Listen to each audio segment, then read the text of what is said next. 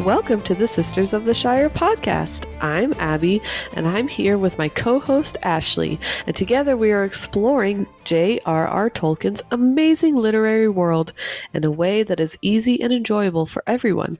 So whether you're a Tolkien expert or just curious about Middle-earth, you are in the right place. This season, we're diving into the unfinished tales. If you're already familiar with these stories, awesome! Stick around as we uncover cool details and geek out over the lore that makes these tales so special. And if you haven't read the unfinished tales yet, like me, no worries. I'm right there with you. So if you've loved The Lord of the Rings or The Hobbit, this is your chance to discover more of Tolkien's universe with us. Our podcast is all about engaging discussions and having fun while we explore these lesser-known stories. So grab a comfy seat and join us on this journey through Tolkien's unfinished tales. Let's go! So how are you, Abigail? Guys, I had a birthday. And I'm older now. Yes! I'm wiser. Happy belated birthday. I'm older. I'm wiser. Some might say. Did you wake up and your body just hurt more? Like, what the heck? No. So for my birthday, I went back in time to the Jurassic period, and it was interesting period amazing. To choose for your birthday. It was, so I was kind of like, because the kids are like, I want to go do that.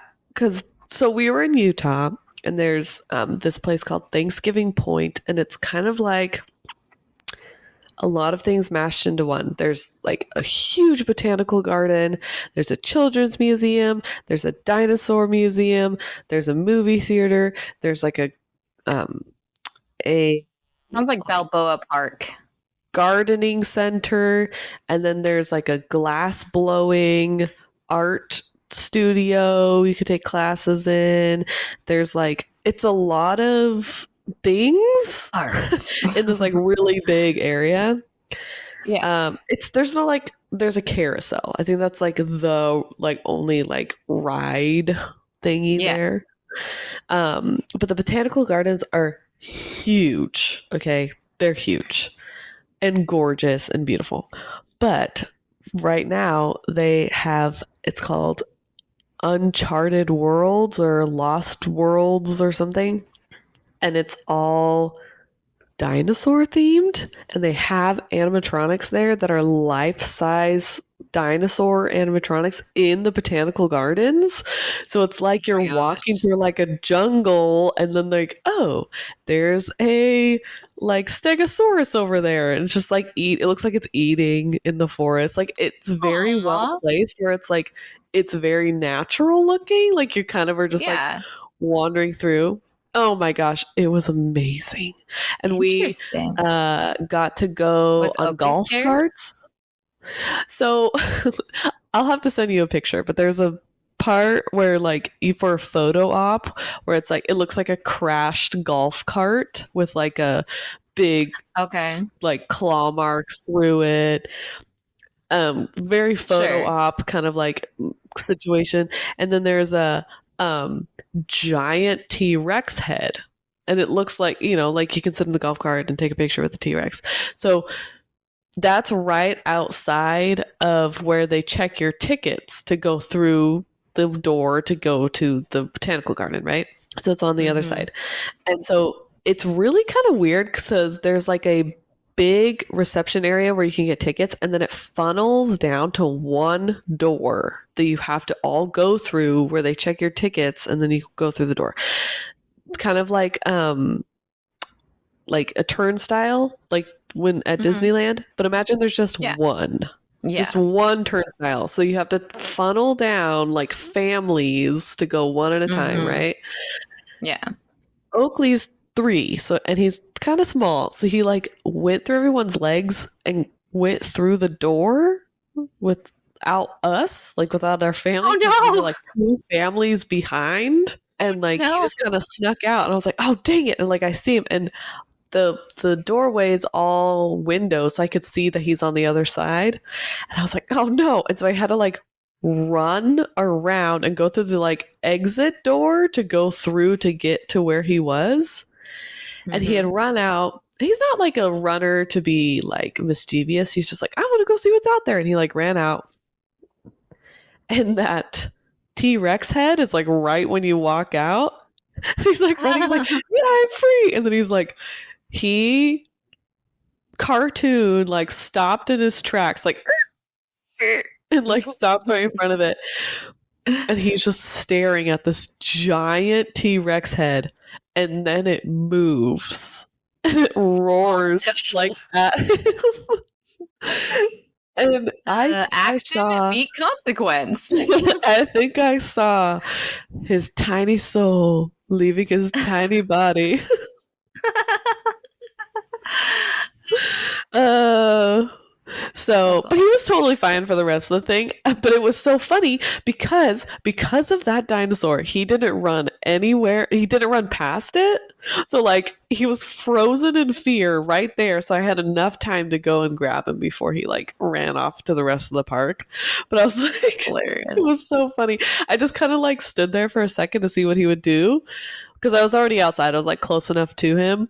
But he would not move. His eyes were like locked on it. Like, if I don't move, maybe it won't see me. Well, I mean, in Jurassic Park, that's what Alan Grant. I know. That's what he teaches you. I know. I think it's Park. I think it's he's learned. We did binge all of the Jurassic Park movies before we went there. Like, we didn't know we were going to go there for my birthday. But we had been watching all the Jurassic Park movies, so the kids were very into it. And then we rented golf carts, and it felt very much like we were riding in the Jeeps of Jurassic Park. Like I was playing the theme song on my phone while we were driving around. Nice. There's even a video. There's even a video where there was even a part where we were driving down, and Colt got out of the golf cart, and he like, I was like, what are you doing? And he like turned my head like Alan does to him, and he's like, look, and he looked, and there was like a brontosaurus like way back in it was the most perfect Jurassic Park moment. I was like, oh. It was amazing. That is awesome. It was pretty cool. So I got to go play. Happy belated birthday. I went back in time for my birthday. Yeah, thank you. Speaking of birthdays, let's talk about last week's special birthday gift. Because you know what, 8-year-old doesn't need a knife, because that's exactly what I would give my 8-year-old. Here, have a sharp elf made knife. And you know what? It's probably this special elf made so it's like super sharp and stays super sharp, and like you don't have to like rust. Yeah, it's got a lifetime warranty certified by whoever made it. I don't know who made it. So what else do you remember from last week's episode? I just listened to it. Well, I was folding laundry, and Luna requested that we listen to an episode. So we just listened to it yesterday. And I remember that so he got a knife, and then he promptly turned around and gave it away to what's that guy's name? Sador. Is his name Labadal supposed to have the word sad in it? Let's give him a good name. Sad. So he gave it to that guy, Sador, and Sador was kind of like, you don't have to give this to me, but okay, like I'll take it. Like I'll be you're so sweet to me. Like I can't deny a gift from you. And so he got this gift, or he gave him the knife, and then like I guess his parents Morwen and Hurin. Hurin had very different reactions. Like Morwen's like, "What? How dare you give it away? That was a gift from your dad. It was special. You're, blah blah blah blah. I'm grumpy at you." And then, Hurin was like, "You are a very thoughtful and caring little boy. Like, I'm proud of you." Mm-hmm. And then there were some touching father and son moments, but it was fleeting because he realized the next day, or what did he do? Oh, he woke up the next day and he found out that like his dad was going off to war, which they didn't even tell him, which I'm like, he's young, but he's not that young. He's gonna remember. Right. Yeah. And then they had a nice father and son bonding moment. And then Hurin, who was very like, we're gonna win this, went off to Captain war. Optimism. Yeah. Went off to war. It literally just says in the book, just read the Silmarillion of the Battle of Unnumbered Tears, and you'll figure out what actually happened, because it's not actually happy. And so the Battle of Unnumbered Tears, Hurin was, and his brother were like, I gotta say, they put up a good fight. They did. They weren't pathetic. They like did a good job. They tried really hard, and they did do a lot of things. And then he got captured and tortured, basically, with Morgoth. Like, you're gonna watch your life play out, but you're not gonna be in it. You're gonna watch your family suffer the whole time. You're gonna be cursed. Like, all your kids are gonna be cursed and like have horrible lives, and you're just gonna have to sit here and watch it. And pretty much, which I gotta say, as a parent, that would be really torturous. Ultimate torture. Yeah, ultimate torture. Like, that would be very sad to be there. And as a parent, like, when you become a parent, 90%, 99% of the time, for most parents, it is like instilled in your heart and brain that you have to protect your children. You have to help them if they need help. And to be stuck in a position where you can't do that is... And knowing, too, that it's not going to have a happy ending. Like, they are cursed to have bad endings, too. It's not like, oh, he's going to learn from this experience and grow to be an awesome human being and everything's going to work out in the end. I just have to watch, like, this little bit of bad stuff. No, all bad stuff. Yeah. Yeah. Like, do I get to see them get married? No. Like, well, yeah. Yeah. Do I get to see them? You don't want to see that, actually. Actually, you really don't want to see that. Don't want to see that. No. I'm actually serving you here. You think I'm a bad guy? No, I'm not.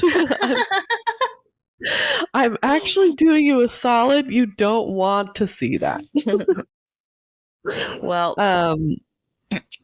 so that's how that ended. Like, we get to the part where he's like, well, he went off to war, and then literally in the Unfinished Tales it says, and then please refer to the Silmarillion to read about what happened in that battle. Because he's like, I am not writing that again. Yeah. I'm not redoing that again. Yeah. So anyway, that's where we ended last episode. Yeah.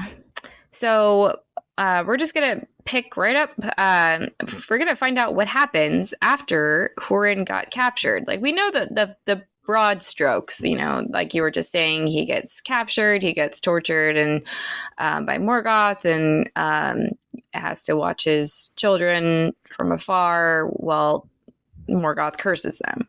Well, we actually get to hear some dialogue today. So, yes. So this is the deleted scenes version of that whole scene. Director's cut. The director's cut. So we are going to find out what happened after Hurin was, quote, taken by the command of Morgoth and carried off to Angband. Which leads me to the question of, this was Morgoth's command. So, I would, man, what I would pay to see the Battle of Unnumbered Tears on the big screen. But was Morgoth actually on the battlefield? Did he actually see Hurin's last stand from afar and gave the order for Hurin to be taken alive? Was he like on like a epic dark horse, in the very, very back of the battle, and just was like, gave a signal and everyone's like, whoo, and then you here, like, or is it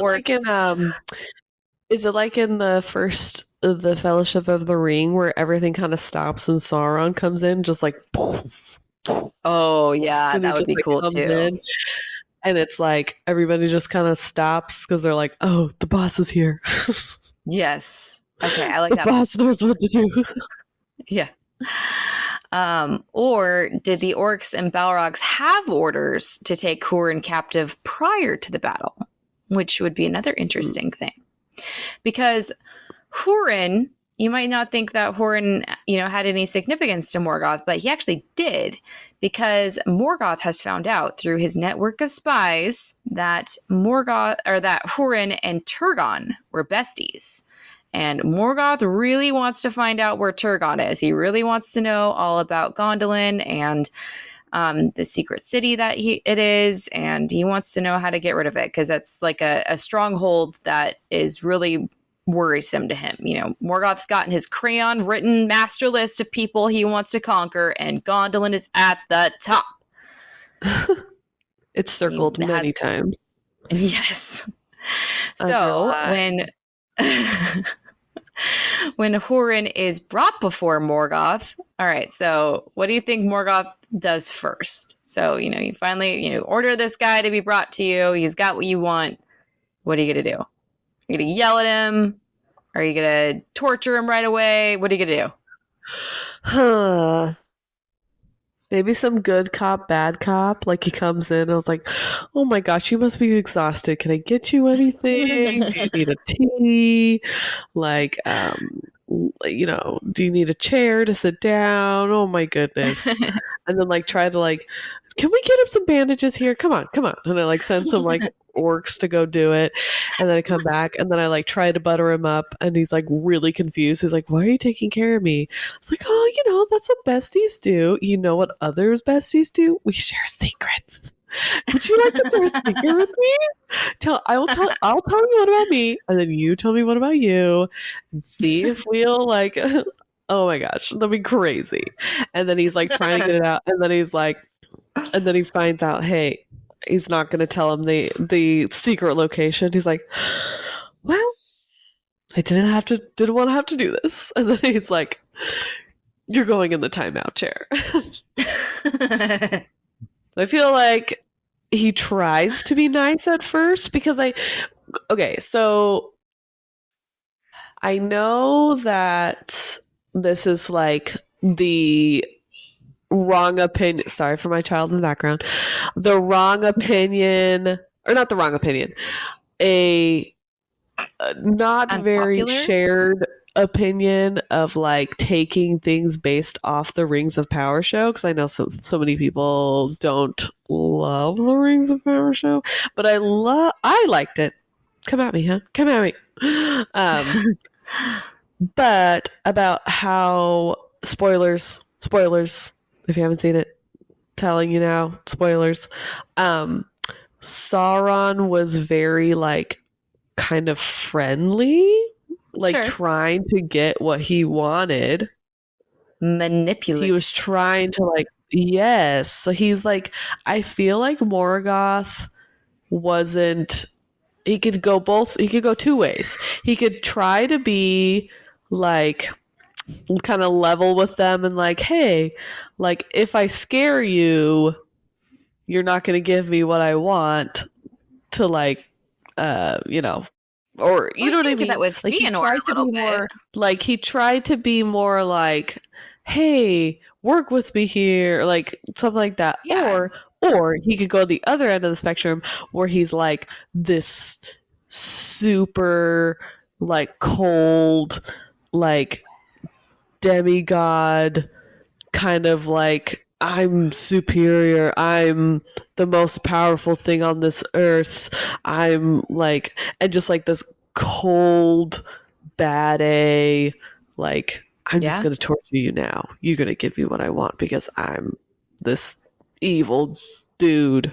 So it can go both ways, I feel, because they say that, you know, Sauron was very manipulative, and he had to learn it from somewhere, I feel. So, Yeah. or maybe that's just who he is personally, and he took that. But anyway, those are my two options: is that he tried good cop, bad cop, but then he's like, okay, I didn't want to have to do this. Okay. So while I would love to have seen the good cop of Morgoth,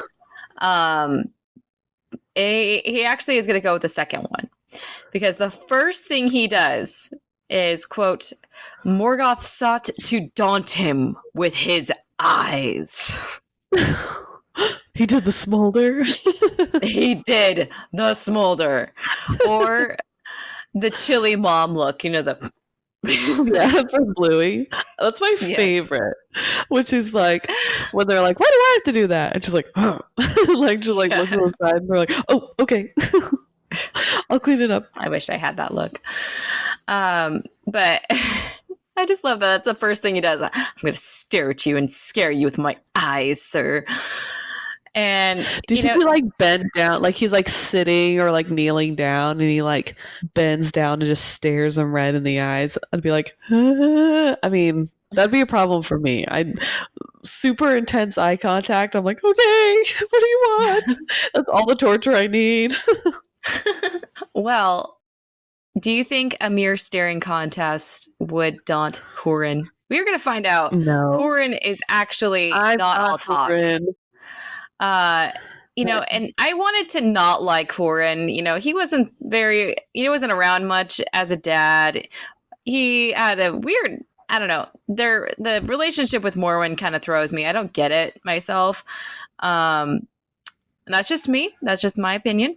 And he seems to like, all he wants is not like his end goal is like, I would love to be one of the Eldar. Like it's not like I would love, if I had one wish, it would be make my family safe and happy. No, he wants to be one of the Eldar. Like, I'm pretty sure he would have his wife and children killed if he could be an Eldar. Oh, no. Okay, not literally, but you know, like he would, if he had to give that up, he'd be like, I'm fine with it. But you could never see your family again. Oh, okay. Yeah, that's my point. But here is where Hurin, like, it's not all talk with him. Like, you think he just is like kind of like I have him in my head as like the eager squire of Fingon, just like so eager to help Fingon, so like loves Fingon, loves all the Eldar, loves all the elves, wants to be one so bad, but then like in the battle, like when you would think once he hits the battle, he like cowers or dies immediately. So this is the time, other than the Battle of Unnumbered Tears, where Hurin really backs it up. Quote, Hurin could not yet be daunted, and he defied Morgoth. So a lesser man would cower, would be afraid, but this mere staring, seeking to daunt him with his eyes, Hurin's like, I'm not even going to blink. I'm going to stare right back. Maybe he moved in closer. Like he's like staring at him, and then he gets in closer. He's like, what? Yes. So I think that means that Hurin won the staring contest. And, you know, Morgoth blows in his eyes. It's like, Morgoth is obviously a sore loser. I think that's been noted from the beginning. So he has Hurin put in chains and, quote, set in slow torment.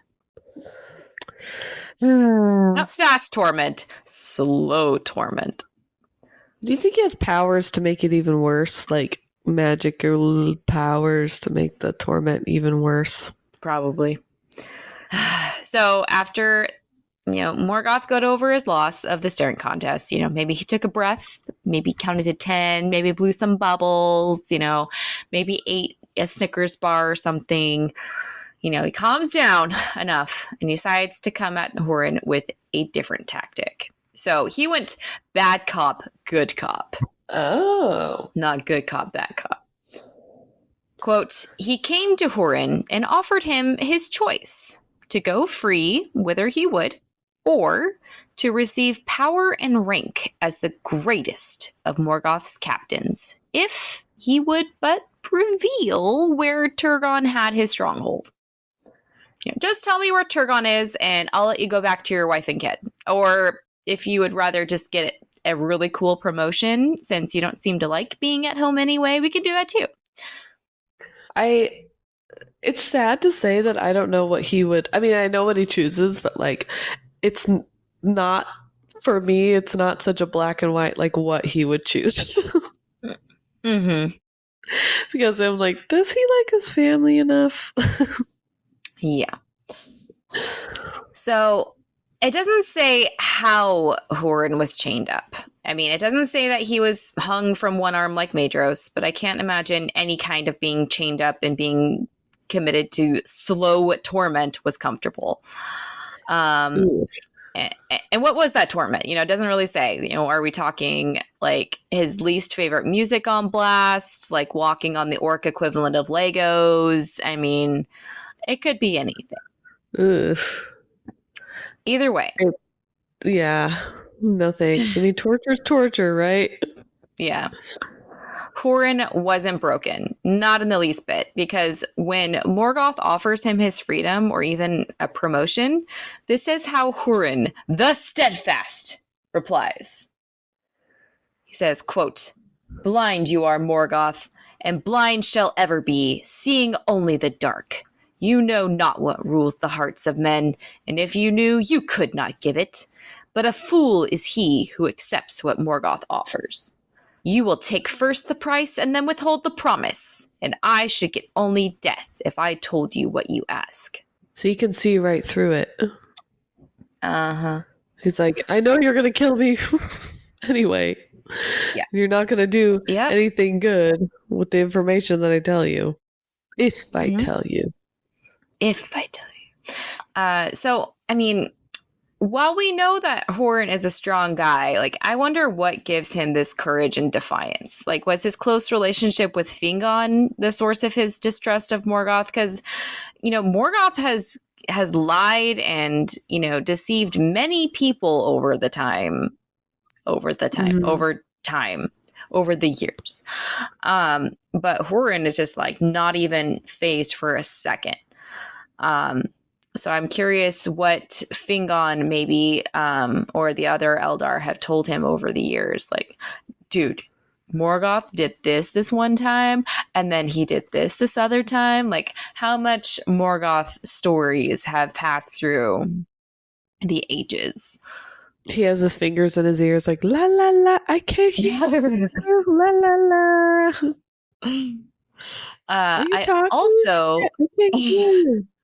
I also wonder if there was anything Morgoth could have offered that actually would have tempted Hurin. Like he says, Hurin says, you know not what rules the hearts of men. Like, what could Morgoth have offered Hurin? Like, obviously, his freedom, his, I don't think Hurin would be so duplicitous to serve in the army. Like, that was a very wrong move for Morgoth. But what could have been the one thing that would have been like gave Hurin a little bit of pause? If he made him an elf. Yeah, that was my thing. Like, if I don't know how magical Morgoth is, and it's very vague how much power and quote unquote magic he has. Also, it has decreased over the time. Oh my gosh, over the time, over the years, over time with his bad decisions that he's made. But yeah, I think if he had offered him the chance to be an elf, I think Hurin would have thought twice. He gives him like a long wig and like fake elf ears. And he's like, here, here you go. But needless to say, Hurin's answer to Morgoth's offer just makes him laugh. And as this is Morgoth, I think laugh might be a strong word. I just think of Lizzie's been playing Zelda a lot lately, and whenever Ganondorf laughs, it's like, ah, ah, ah, ah. You know, like just like a fairy like Bowser. It sounds like Bowser, like yes. Whoa, whoa, whoa, whoa. Yes. And he says, quote, "Death you may yet crave from me as a boon." And then he does something that is pretty evil. And I'm not sure if I understood this right away or if I was just confusing the Silmarillion version. Because in the Silmarillion version, as far as I understood from my memory, is like, okay, from here, he takes him to the timeout chair, right? Wrong. He is actually going to take Hurin back to the battlefield. I'm not sure if they walked, if they flew in a cloud, I don't know. But he's going to take him back to the battlefield where the Battle of Unnumbered Tears was just fought. And if you remember from our story about Tur and Rian, remember Rian goes back to the battlefield and she sees this pile of bodies that the orcs have made. Cool. Yeah. They do like to clean up, but they do just put them in a body. In a hill. And so now this place is called the Houth en Neath, or the Hill of Tears.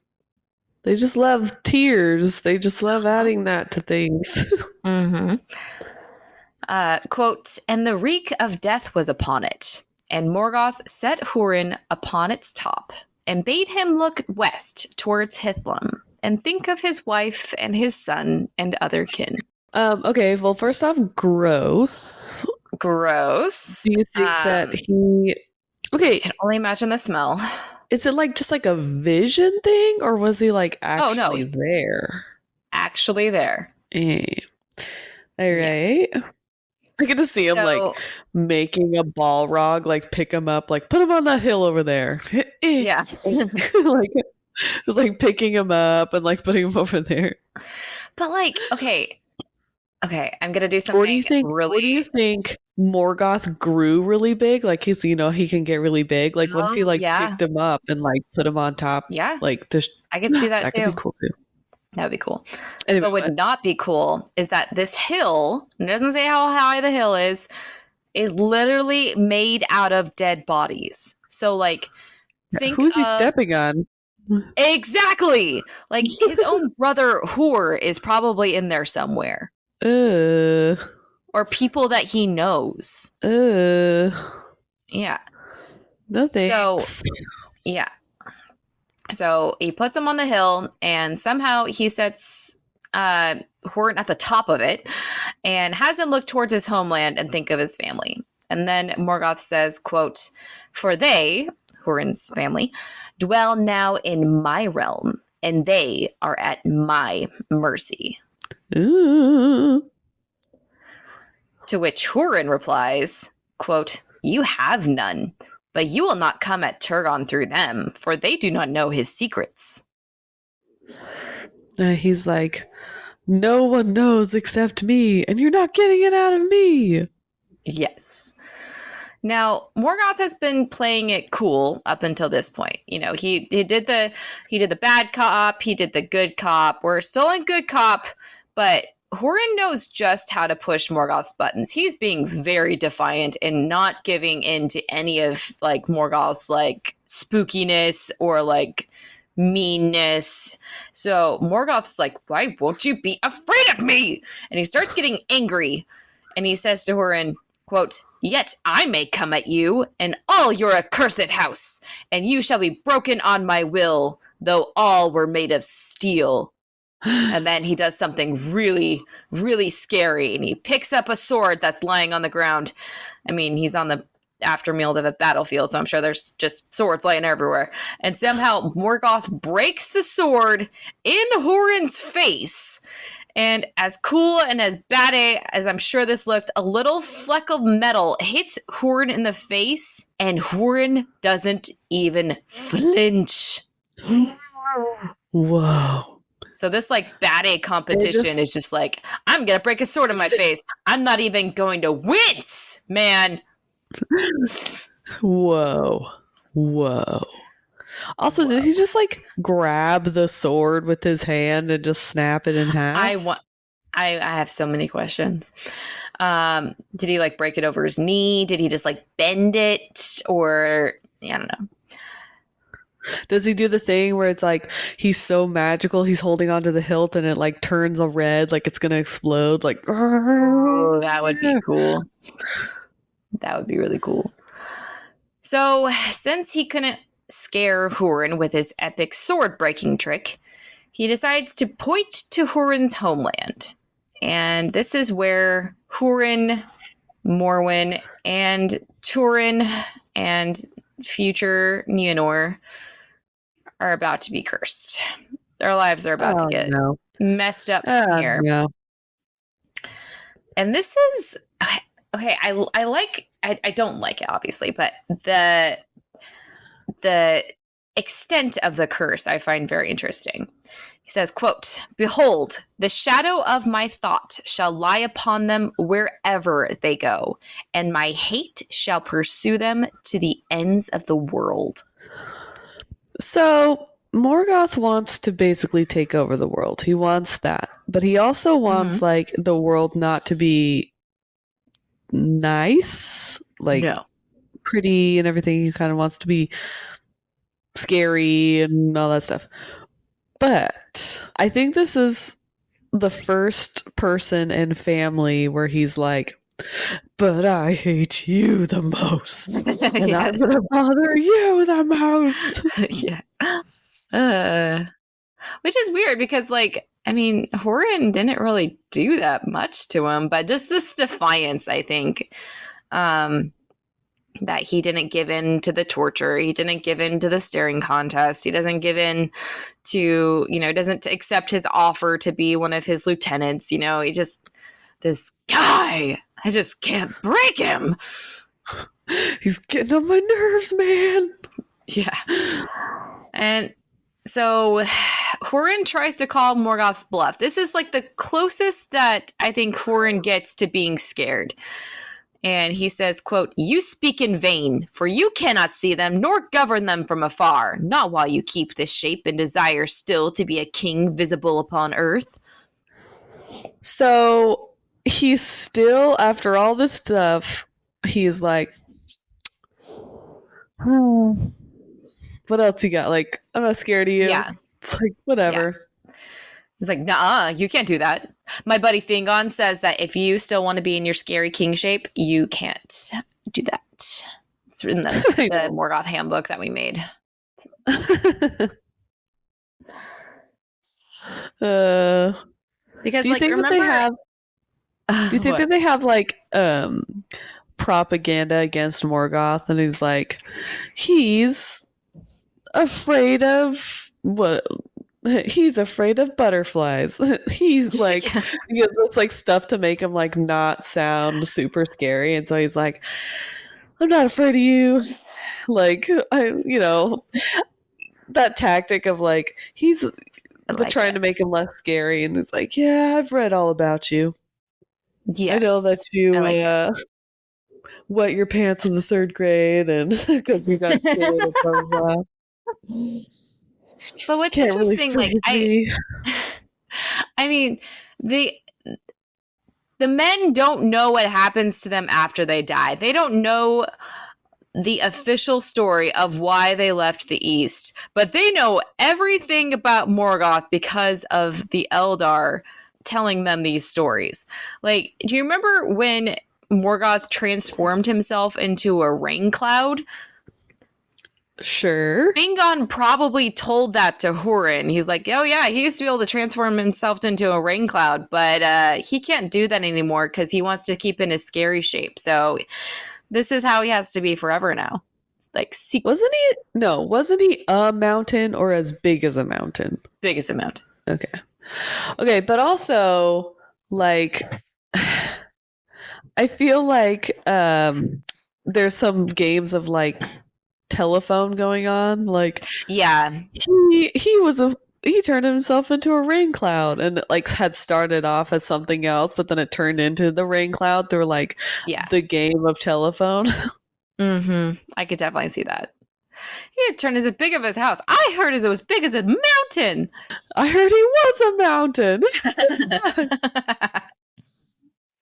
Well, Morgoth doesn't give up so easily. He is still one of the Valar, and although he might not have the powers he once had, he is still pretty powerful, and he doesn't want anyone to forget it. I'm still important. Me. Me. He stomps his foot. Me. He says, quote, "Fool, little among men, and they are the least of all that speak. Have you seen the Valar, or measured the power of Manwë and Varda? Do you know the reach of their thought? Or do you think perhaps that their thought is upon you, and that they may shield you from afar? Do you think you're so special? You're nothing. Yeah. You are a flea. Yes. A flea among men. Yeah. And it's interesting. I mean, the men don't really know a lot about the Valar. They only know the Valar from the Eldar. So, like, he's only... Hurin is just recently started not really hanging out with the men anymore. Or, like, so they don't really get the full stories or, you know. Exactly. So Hurin is like just going off of faith. He's never met the Valar. He's only heard stories from the Eldar. And so he says, quote, "I know not, yet so it might be if they willed, for the Elder King shall not be dethroned while Arda endures." Whoa. Like, they could shield me if they really wanted to, but, you know, they're choosing not to right now. But I'm sure it's for a good reason. They're busy. They're busy with things. And I was curious. It's a common enemy for them. You know what I mean? Yeah. Like, I feel like they would band together for this common enemy. Mm-hmm. The term Elder King here was a little weird, but apparently that was the title given to Manwë forever ago.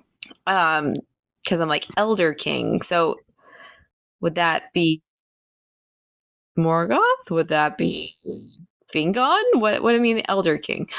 And I don't know why Arda's endurance would affect Manwë being the Elder King or not. For the Elder King shall not be dethroned while Arda endures. So as long as Arda Earth is around, as long as Middle Earth has good people and isn't filled with orcs and Morgoth's servants, then Manwë's good. I don't know. Yeah, I guess. Or Manwë chooses to stay on Arda and help out. But anyways, that makes sense. Morgoth's rivalry with Manwë is a touchy subject. That's always been a thing between Morgoth and Manwë. It's been like a sibling rivalry thing. I'm not sure if Hurin... I'm sure Hurin knew that. So him even bringing up Manwë is like already fighting words with Morgoth. Especially calling him the Elder King. So, yeah.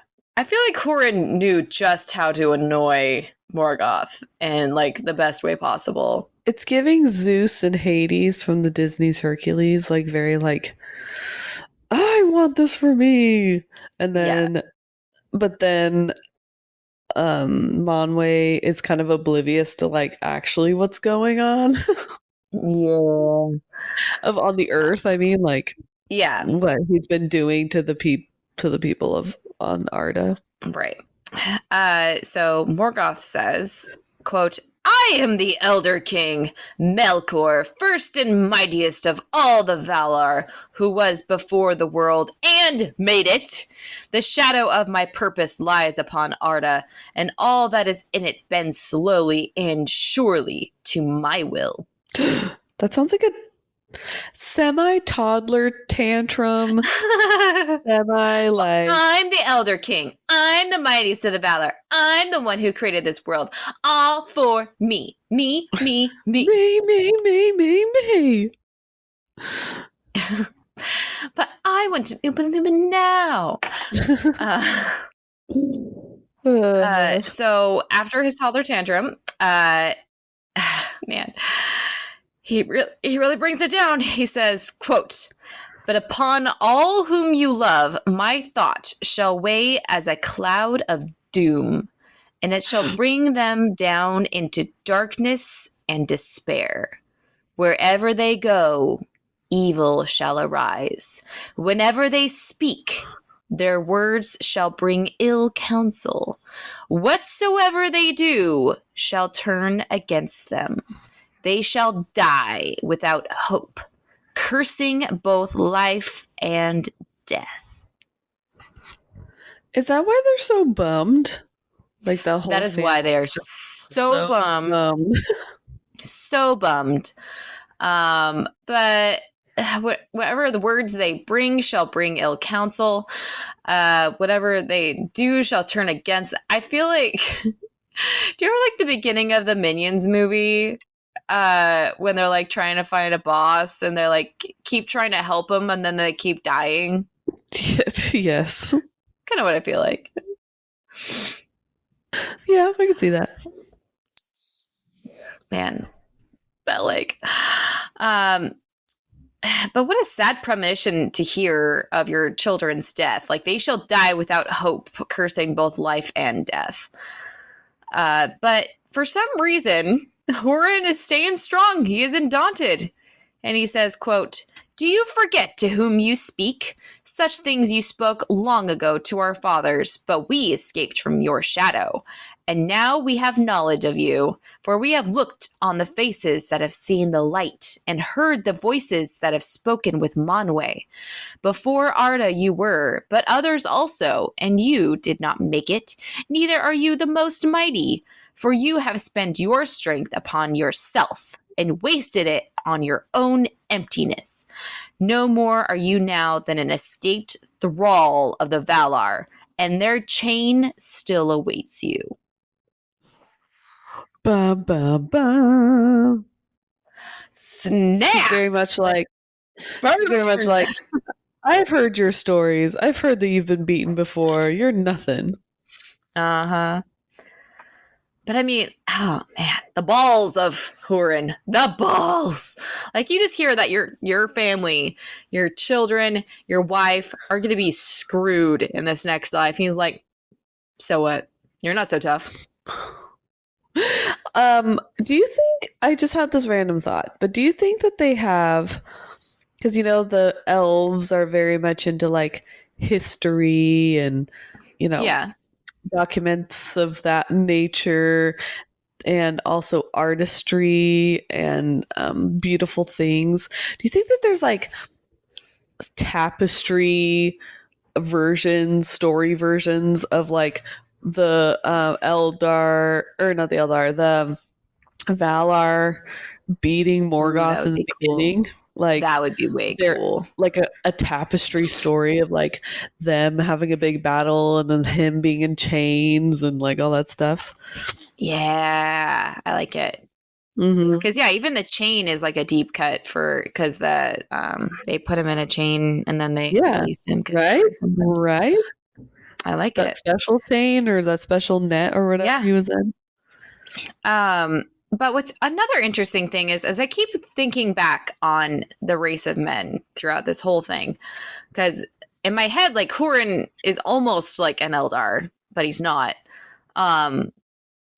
So I'm thinking to like, and I hate to use the Rings of Power here because we know that you guys aren't all fans of it, but like I'm thinking of the the race of men with the girl and the city, not the city, the town where she is with her son, and just how clueless those people are about their history.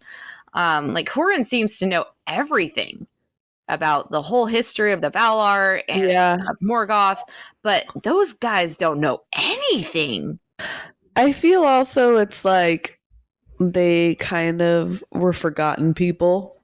Like they just were like, they look like they hadn't had any education. Yeah. Yeah.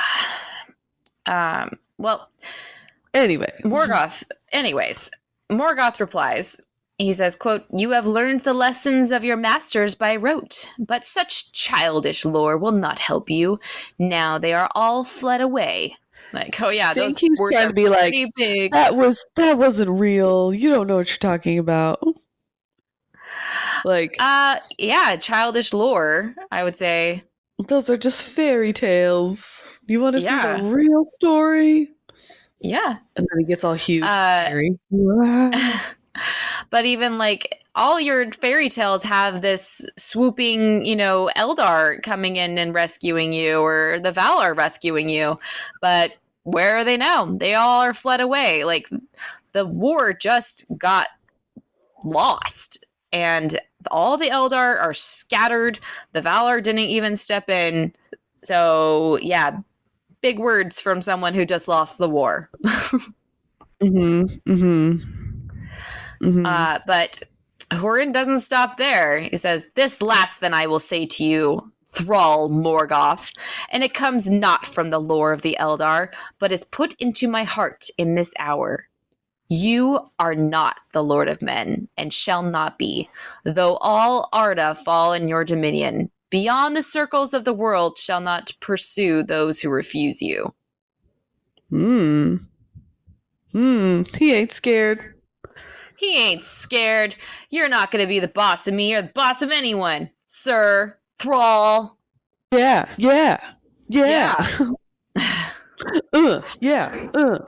But then Morgoth says, "Beyond the circles of the world, I will not pursue them. For beyond the circles of the world, there is nothing. Capital N, nothing.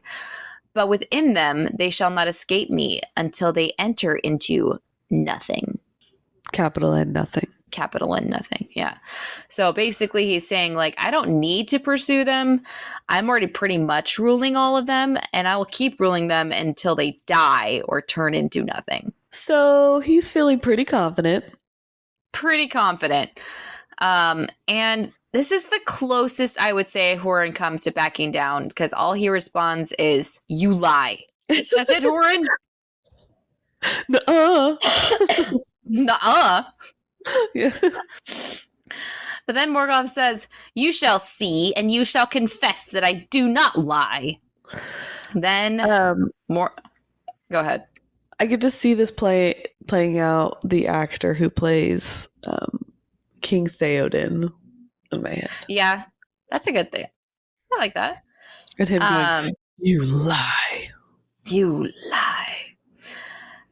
So then, after that epic conversation, Morgoth takes Hurin back to Thingorldrim, which is his main fortress, and he puts him on the high peak where he knew Hurin would be able to see his homeland.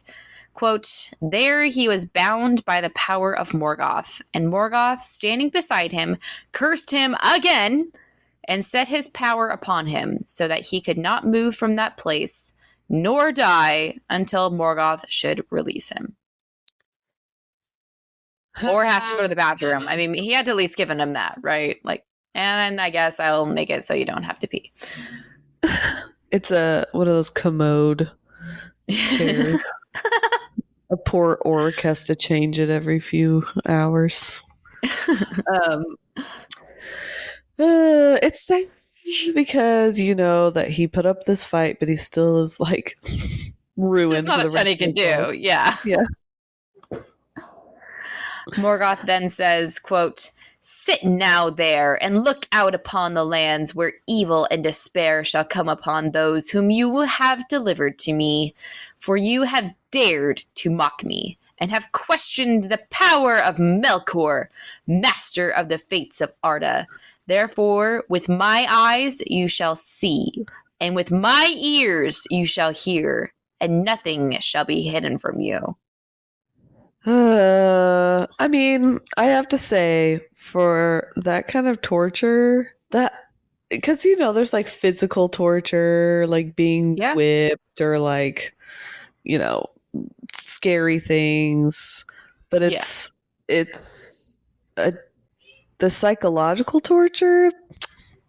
That's a lot. Yeah.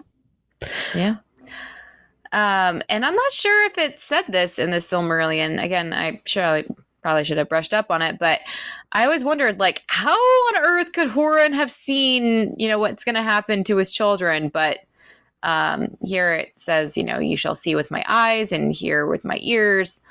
But also, I had the question. So if Morgoth could see and hear so much, how come he couldn't have found about Gondolin earlier? I mean, just saying. Hurin's not the only source for Gondolin. There's lots of other sources out there. True. I mean, people have been going in and out of Gondolin to like deliver messages and try and make escape missions to our suicide missions, like our friend Varanwe to Dalinor. So I mean, it's interesting the amount of power / magic Morgoth has. It's just kind of whatever suits the scene, I suppose. True. Another interesting point that our dwarf friend Dan messaged me is, Hurin obviously had aspirations to be like the Eldar in any way that he could. Even the detail that is kind of random, but that they give Sador the job of building a chair for Hurin. It's kind of like a throne. If Morgoth had seen that with his supervision that he has, the act of Morgoth putting him on this sort of throne on the peaks of Thangorajrim could be relating back to the throne that Sador was making for him, like making it the ultimate mockery. Like, oh, you thought you deserved a throne? Oh, I'll give you a throne. Oh, interesting. Yeah, so thank you, Dan, for that insight. I thought that was a really interesting idea. We should have him on again. We should. Well, that's actually where I'm going to leave you this week. That's where we left Hurin for an ultimate stare down. Yep. The ultimate stare down. Yep. Well, it's sad because I know how like his story ends. Yeah. So it's not like what happens next. It's like, oh. Yes. Yeah. But it's cool to hear more dialogue of like how much he put up, Oh yeah. Yeah. He wasn't just like like from battle. Yeah. Oh, I'm stuck in a chair. Yeah. Oh. He put up a good fight. He was a strong dude. Mm-hmm. Which, I mean, I can't help but think of Myglin, the one that ends up selling Gondolin out, that he gave so little a fight compared with Hurin. He gave him exactly what he wanted. It's like he learned. It's like that scene in Princess Bride where they're like at the gate and he's like, where's the key? He's like, I don't know what you're talking about. And then Andre the Giant does something. He's like, oh, this key? Yeah. This one right here? This one? That's how I feel like that went down. But maybe, Morgoth learned, like, okay, so I have to actually get to know the man first and figure out, all these men are different? Like, they want different things? Because, like, I don't think Maeglin would have been, I'll give you a seat I'll make you lieutenant in my army. Like, okay, I figured out that one doesn't work. Most men really don't want that. Are you sure? No, they don't want that. They don't choose that option very often. But giving him the girl that he wants. Interesting. That's all? That's all they want. That's all they want. Okay, let's try it. Simple Would you be creatures. God, it worked. What the? Who knew? Who knew? Who knew? Thank you for joining us on this epic journey through Middle Earth. If you want to stay connected to us through our Instagram, that'd be awesome. We share lots of posts and awesome art and memes that, we try and capture the vibe of our episodes. Big thank you to our amazing patrons, Dan, our dwarf friend of the Shire, Krishane and Tom, our elf friends of the Shire. Your support truly means the world to us. If you'd like to join our fellowship, you can head over to patreon.com/Sisters of the Shire podcast. For just $3 a month, you'll become an elf friend of the Shire. For $7 a month, you become a dwarf friend of the Shire. And for $9 a month, you could become a man or woman friend of the Shire. Woo-woo. Your support helps keeps these tales alive and helps us spread the word. If you are enjoying our adventures and maybe can't do a Patreon right now, we get it. Just take a moment to leave us a rating or a review on your preferred podcast platform, or tell a friend. We love to hear about friends that have shared it with each other. Or I was literally just wearing a Lord of the Rings sweatshirt yesterday at my daughter's play, and my friend's a lady was like, "That's a cool sweatshirt." I'm like, "Thanks. Do you like Lord of the Rings?" She's like, "Do you like my husband?" My husband's more into it. I'm like, well, I have a podcast, and so I'm that awkward person.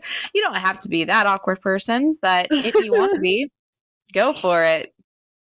I was with family in Utah, and we have some cousins down there. Well, my husband's cousins, but they're my age, so I'm like pretty close with them too. But they are reading The Hobbit, or The Lord of the Rings. They're reading The Lord of the Rings with their son and daughter, who are Fox and Luna's ages. Cute. And I said, you guys should listen to my podcast, because it will help you understand the backstory, more of the history of everything. And so they started listening to us too. Woot! I know. So, and in world news, we actually didn't have that much going on, except one new country. What do you mean not have that much going on? That's a big deal.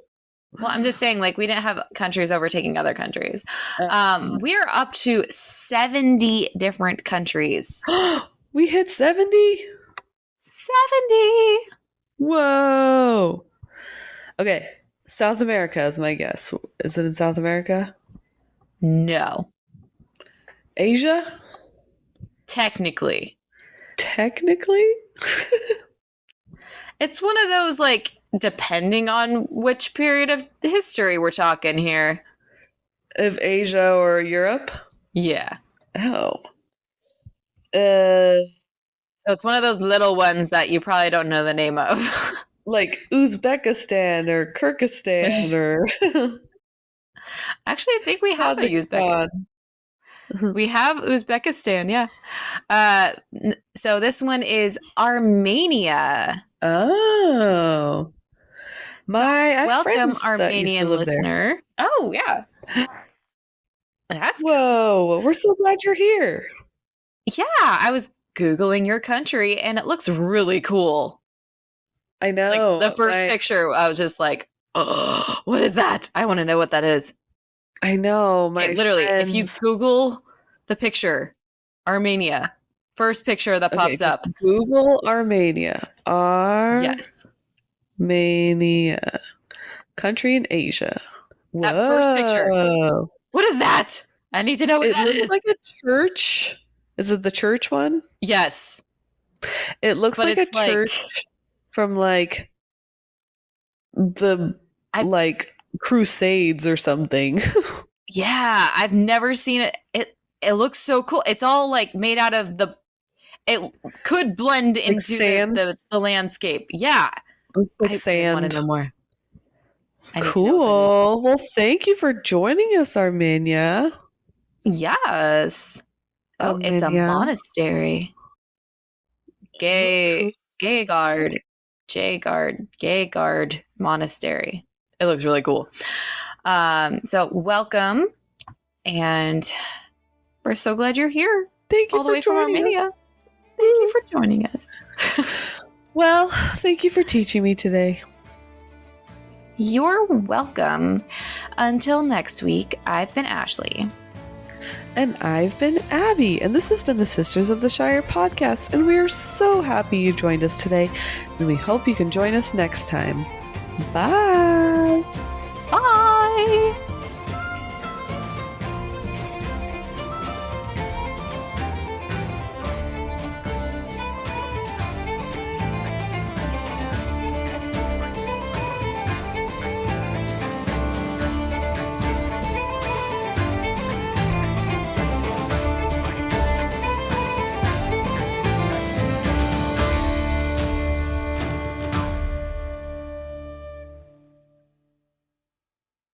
Thank you for teaching me a day.